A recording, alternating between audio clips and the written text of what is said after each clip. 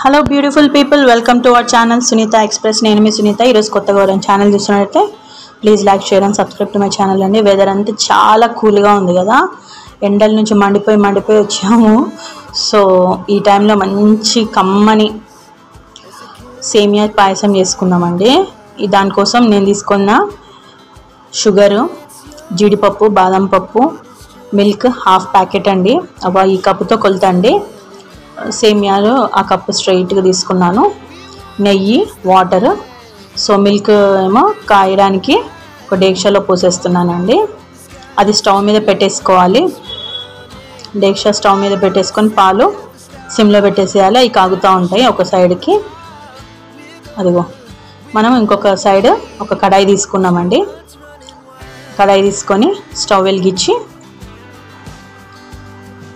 ఇదిగో జీడిపప్పు, బాదం పప్పు చిన్న చిన్న ముక్కలుగా కట్ చేసుకొని అందులో నెయ్యి వేసుకొని అందులో వేసుకున్నామండి.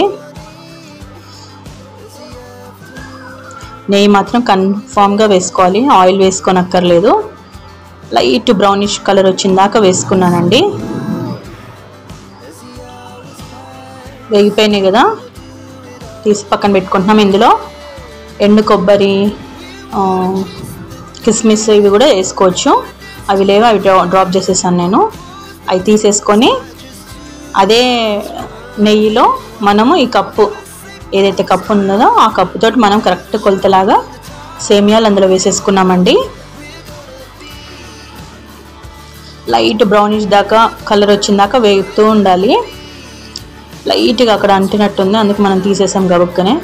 సో అందులోనే మీరు డైరెక్ట్ వాటర్ వేసేసుకోవచ్చు, కానీ నేను తీసి పక్కన పెట్టి అదే కడాయిలో వాటర్ పోసుకున్నాను. అదిగో ఆ కడాయితో ఆ బౌల్ తోటి ఒక కప్పు సేమియాకి 3 కప్పులు వాటర్ పోసుకున్నానండి. వాటర్ వేసినాక అప్పుడు ఈ సేమియాలు అందులో వేసేసుకున్నాను. మీరు సేమియాలు తీయకుండా అలాగే వాటర్ పోసుకోవచ్చు, ప్రాబ్లమే లేదు. సో అవి బాయిల్ అవ్వదాక ఉండాలి. చల్లబడినా కూడా చిక్కగా ఉండదు, సో పల్చగానే ఉంటుంది అన్నమాట. సో అది ఉడికినాక ఫుల్గా పాలు పోసుకున్నామండి.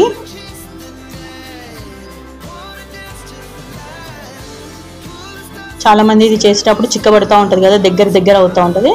ఇలా ఒకసారి చేసుకోండి, చాలా బాగా లిక్విడ్ లాగా వస్తూ ఉంటుంది.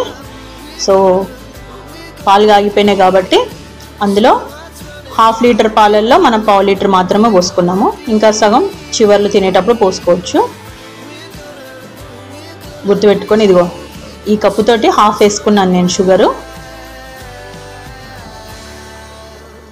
గుర్తుపెట్టుకోండి, పాలు పోసే ముందు అవి ఉడికిపోవాలి, సేమియాలు మాత్రం ఉడికిపోవాలి.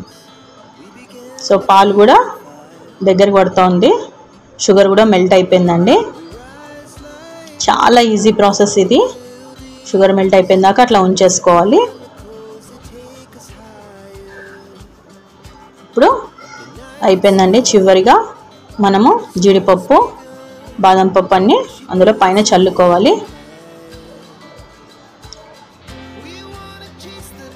2-3 మినిట్స్ ఉండి దింపేయడమే. ఒకసారి రాని వాళ్ళు కూడా ఒకసారి ఇలా చేయండి. చాలా సూపర్గా, యమ్మీగా, టేస్టీగా చాలా బాగుంటుంది. నచ్చిందా? నచ్చితే లైక్ చేయండి, షేర్ చేయండి. Thank you for watching. Love you all. Bye.